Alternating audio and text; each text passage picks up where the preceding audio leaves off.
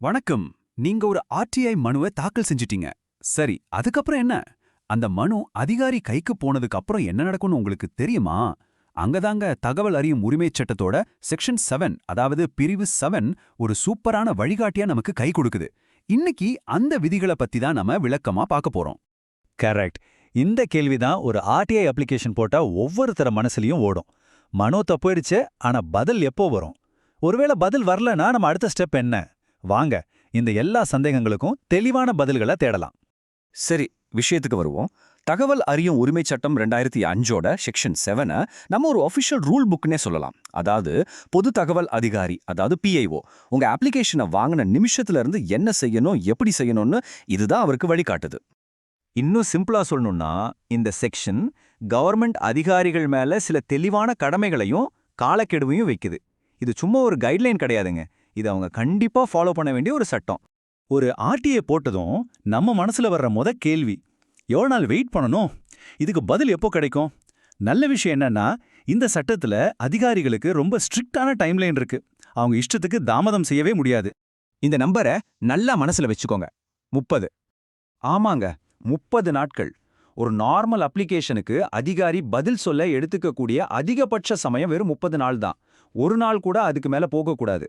அதிகாரிகளோட தாமதத்தை தடுக்க உங்க கையில இருக்கிற முதல் ஆயுதம் இதுதான்.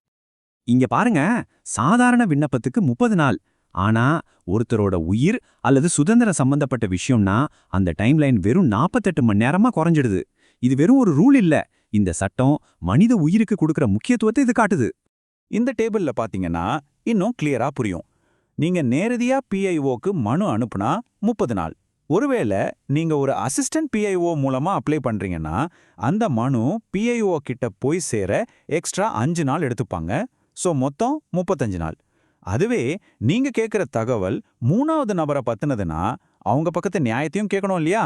அதுக்காக ஒரு 10 நாள் எக்ஸ்ட்ரா எடுத்துக்கிட்டு மொத்தம் 40 நாள்ல பதில் சொல்லுவாங்க. சரி, டைம்லைன் பத்தி பார்த்தாச்சு. அடுத்த முக்கியமான கேள்வி, இதுக்கு எவ்வளவு செலவாகும்? நாம கேட்கிற தகவலுக்கு காசு கட்டணுமா? அப்படி கட்டணும்னா அதுக்கு என்ன ரூல்ஸ் இருக்கு? வாங்க பார்க்கலாம். இந்த ப்ராசஸ் ரொம்ப சிம்பிள். இப்போ நீங்க ஒரு 100 பக்கம் டாக்குமெண்ட் ஜெராக்ஸ் கேட்டிருக்கீங்கன்னு வச்சுப்போம். பிஐஓ என்ன பண்ணுவாருன்னா, அதுக்கு எவ்வளோ செலவாகும்னு கணக்கு போட்டு அந்த அமௌண்ட்டை உங்களுக்கு ஒரு லெட்டர்ல சொல்லுவாரு. நீங்க அந்த பணத்தை கட்டின உடனே அந்த டாக்குமெண்ட்ஸ் உங்க கைக்கு வந்துடும். அவ்வளோதான். ஆனா ரொம்ப முக்கியமான விஷயம் என்னன்னா, சில சமயங்கள்ல நீங்க ஒரு பைசா கூட கட்ட தேவையில்லை. எப்போ தெரியுமா? ஒண்ணு, நீங்க வறுமை கோட்டுக்கு கீழே, அதாவது பிபிஎல் கார்டு வச்சிருந்தீங்கன்னா உங்களுக்கு தகவல் முழுக்க முழுக்க ஃப்ரீ. ரெண்டாவது, இதை விட ஒரு பவர்ஃபுல்லான ரூல் இருக்கு. அதிகாரி அந்த 30 நாள் டைம்லைனை மிஸ் பண்ணிட்டா நீங்க கேட்ட தகவல் உங்களுக்கு இலவசமா தான் கொடுத்தாகணும்.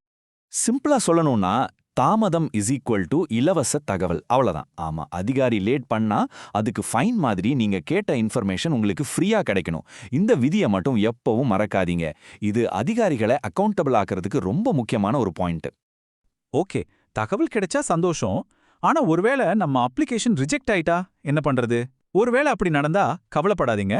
அதுக்கும் இந்த சட்டத்துல தெளிவான வழி இருக்கு. முதல்ல ஒன்று புரிஞ்சுக்கோங்க, ஒரு ரிஜெக்ஷனுங்கிறது ஒரு முட்டுக்கட்டை கிடையாது. அது இந்த ப்ராசஸ்ல ஒரு அடுத்த ஸ்டெப், அவ்வளவுதான். சொல்லப்போனா அந்த ரிஜெக்ஷன் லெட்டரே உங்களுக்கு அடுத்த வழி என்னன்னு காட்டிரும். ஒரு பிஐஓ உங்க அப்ளிகேஷனை ரிஜெக்ட் பண்ணும்போது சும்மா தர முடியாதுன்னு சொல்லிட்டு போக முடியாது. அவங்க கண்டிப்பா இந்த 3 விஷயங்களையும் உங்களுக்கு எழுத்துப்பூர்வமா சொல்லியாகணும். 1, எதுக்காக ரிஜெக்ட் பண்றாங்கன்னு தெளிவான காரணம் சொல்லணும். 2, நீங்க இதுக்கு எதிராக அப்பீல் பண்றதுக்கு எவ்வளோ டைம் இருக்குன்னு சொல்லணும். 3வதா, யார்கிட்ட அப்பீல் பண்ணணுங்கிற அதிகாரியோட முழு விவரத்தையும் கொடுக்கணும். இது உங்களுடைய அடிப்படை உரிமை. சரி, கடைசியா செக்ஷன் 7 உங்களுக்கு கொடுக்கிற இன்னும் சில முக்கியமான உரிமைகள் என்னென்னு பார்ப்போம். இது ஒரு சூப்பரான உரிமை. அதாவது உங்களுக்கு தகவல் எந்த ஃபார்மேட்ல வேணும்னு நீங்களே கேட்கலாம். எனக்கு பேப்பர் காப்பியா வேணும், இல்ல ஒரு சிடில போட்டுத்தாங்க, இல்ல நானே நேர்ல வந்து ஃபைலை பாத்துக்கிறேன்னு நீங்க கேட்கலாம். பிஐஓ அதை அப்படிதான் தரணும். அந்த ஆவணமே டேமேஜ் ஆயிடும்னு சொன்னா மட்டும்தான் அவங்க மறுக்க முடியும். மத்தபடி நீங்க கேட்ட ஃபார்மேட்ல தான் கொடுத்தாகணும். இந்த சட்டம் எவ்வளோ ஒரு இன்க்ளூசிவானது, அதாவது எல்லாரையும் உள்ளடக்கியதுங்கிறதுக்கு இது ஒரு நல்ல உதாரணம். மாற்றுத்திறனாளி நண்பர்கள் யாராவது ஆர்டிஐ போடும்போது அவங்களுக்கு தேவையான எல்லா உதவிகளையும் பிஐஓ செஞ்சு கொடுக்கணும். இது அவங்க மேல இறக்கப்பட்ட செய்யறதில்ல, இது அவங்களோட உரிமை, அதிகாரியோட கடமை. ஸோ மொத்தத்தில் பார்த்தீங்கன்னா இந்த செக்ஷன் 7 பத்தி நீங்க தெரிஞ்சு வச்சிருக்கிற அறிவு தான் உங்க கையில இருக்கிற மிகப்பெரிய பலம். இந்த ரூல்ஸு, டைம்லைனு, உங்க உரிமைகள், இது எல்லாத்தையும் நீங்க சரியா புரிஞ்சுக்கிட்டீங்கன்னா இந்த சிஸ்டத்தையே நீங்க கேள்வி கேட்கலாம், அவங்கள பொறுப்பேத்துக்க வைக்கலாம். கடைசியா ஒரே ஒரு கேள்வி. இந்த சட்டத்துல இவ்ளோ சிறப்பான விதிகள் இருந்தாலும் இது நிஜத்துல நடைமுறையில எந்த அளவுக்கு நம்மளோட தகவல் அறியும் உரிமையை பாதுகாக்குது? இத பத்தி நீங்க என்ன நினைக்கிறீங்க? யோசிச்சு பாருங்க.